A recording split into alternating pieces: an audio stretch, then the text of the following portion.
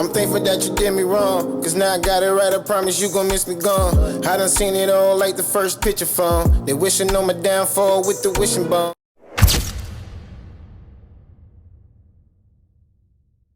Now, unless you been on Cloud 10, under a rock, have you heard the motherfucking word? What's good, y'all? It's yours truly, once again, Heartbreak Ace. If you're familiar with my content or not, hit that like, comment, subscribe so the algorithm can give you this breaking content every time I upload. If you're familiar with my channel, you know me and the algorithm be beefing a lot. My last episode, he called the boys on me. Yeah, the algorithm snitched on me. So I'm on the run. Shh, don't tell nobody.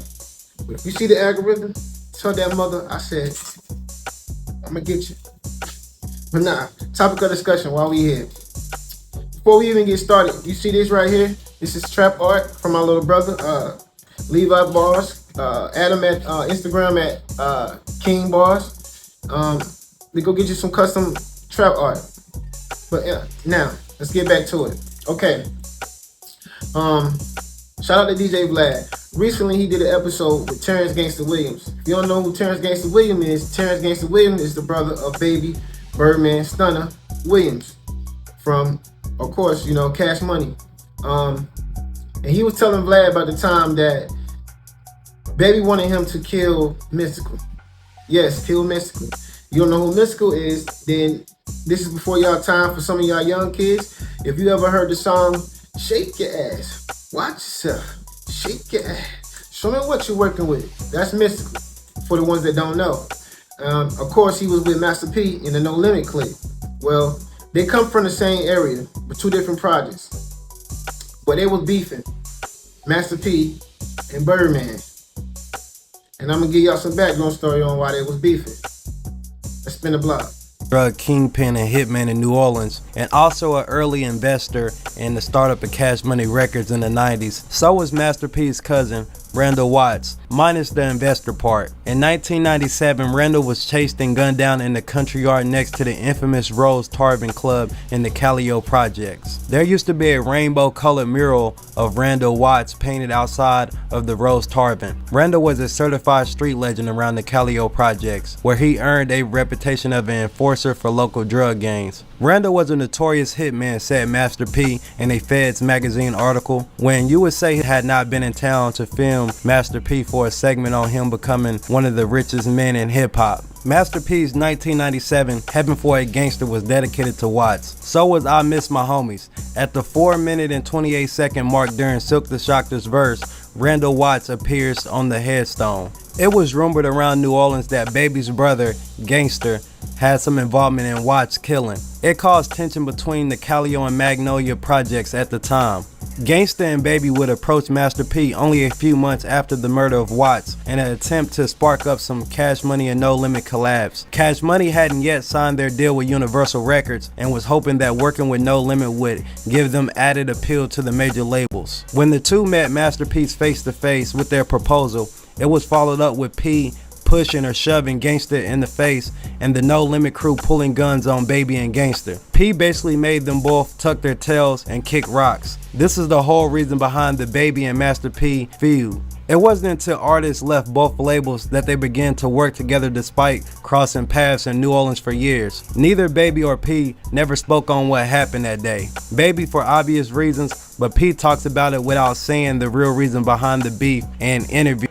I love the history like I love the present, like I love, you know, the future. Because I think, one, they all walking. You can't know the future unless you know the history. But I had Master P here recently.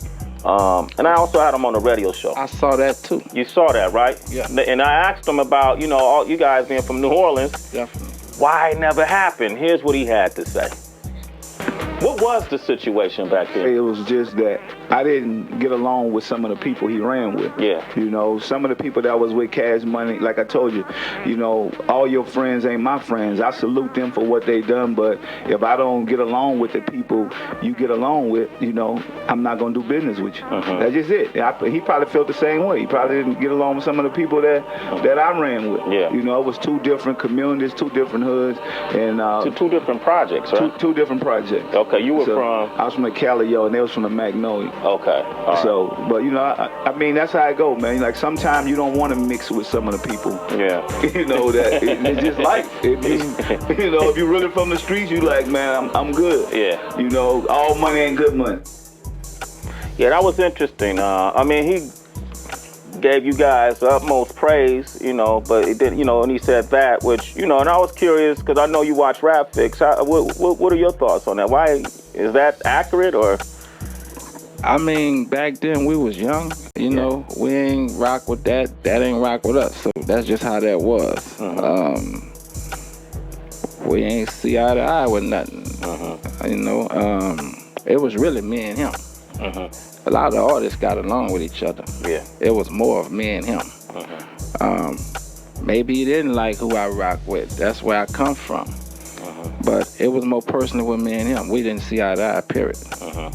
And that's one of those things that you, like what you said with R. Kelly, that was 10 years ago. And in this case, that was 15 years ago. 15, 20 years ago. 20 years ago. So now it could potentially be, if y'all saw each other, you would be cordial. Oh, we speak. Yeah. Man, Master P, one of the best hustlers ever to do this, Yeah. man. I admire his hustle, man. I'm still trying to do what he done did.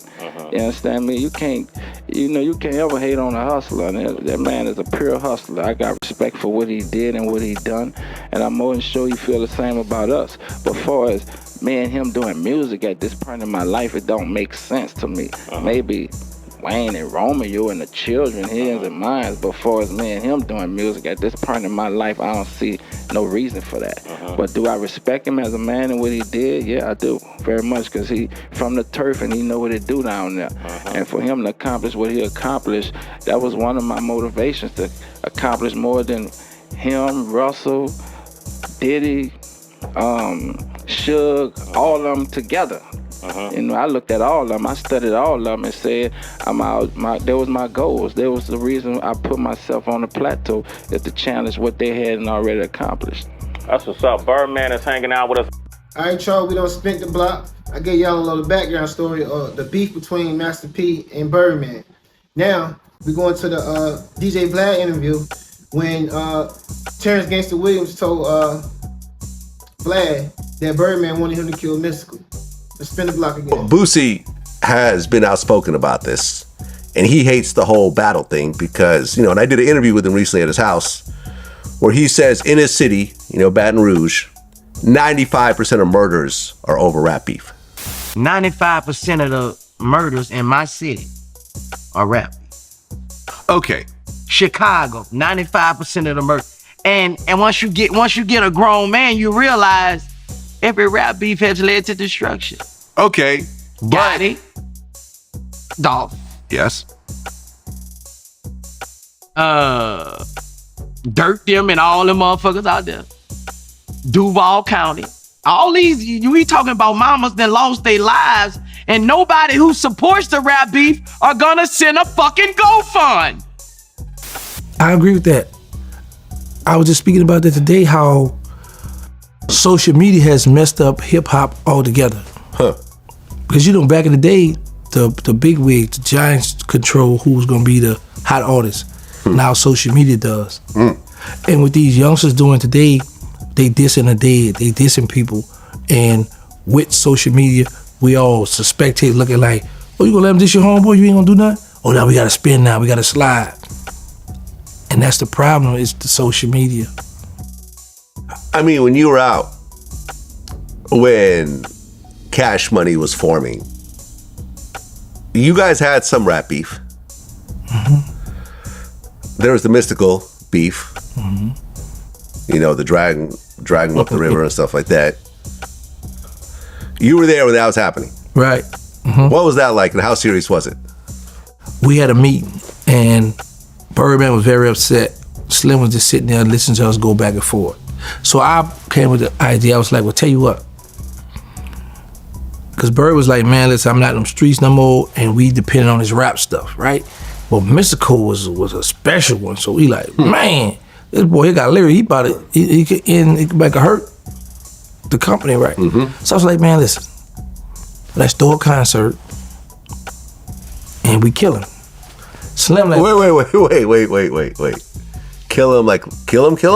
Yeah, it's only one kill, Vlad. We talking about killing. You're not saying kill him in sales or kill him on stage, the crowd reaction. And this day tell yeah, kill him in sale. But no, I was like, man, look, let's throw a car. Because back then, like now with rappers, right? Because that's why it's be like, this is why you know a lot of stuff be fake. Because when a person throw a concert, the rapper got the rider package.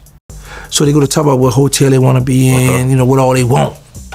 So it's easy for me to have you come to my city or wherever I want you at, because I'm gonna have you set where I want you to be set at. Wait, so the idea was to book Mystikal for a concert, pay him for the concert, then kill him before he does the show. Right. That was my idea. Okay. Slim, but wouldn't that tie you directly to that, or you just didn't care at that point? I wasn't tied to that. You had promoters back then that used to throw concerts and throw shows and stuff. So I wasn't gonna be the one that put the money up and do all that. Wasn't my business, that part. My business was the part to go take care of business. Okay. But somewhere you're putting up the money. You're saying, what, for Birdman to put up the money for the show and give it to a promoter? And you're tying yourself into a murder no matter how you slice it. Think about this. How many murders we been tied to that we got away with? Well, yeah. Okay, then. So now, as I said, all the hot boys, we all agree, we like, okay, we got a good plan. But Slim sit back, listen to all this, we hype. Slim like, no, we not doing that. I believe in my artists. This is what we got them for.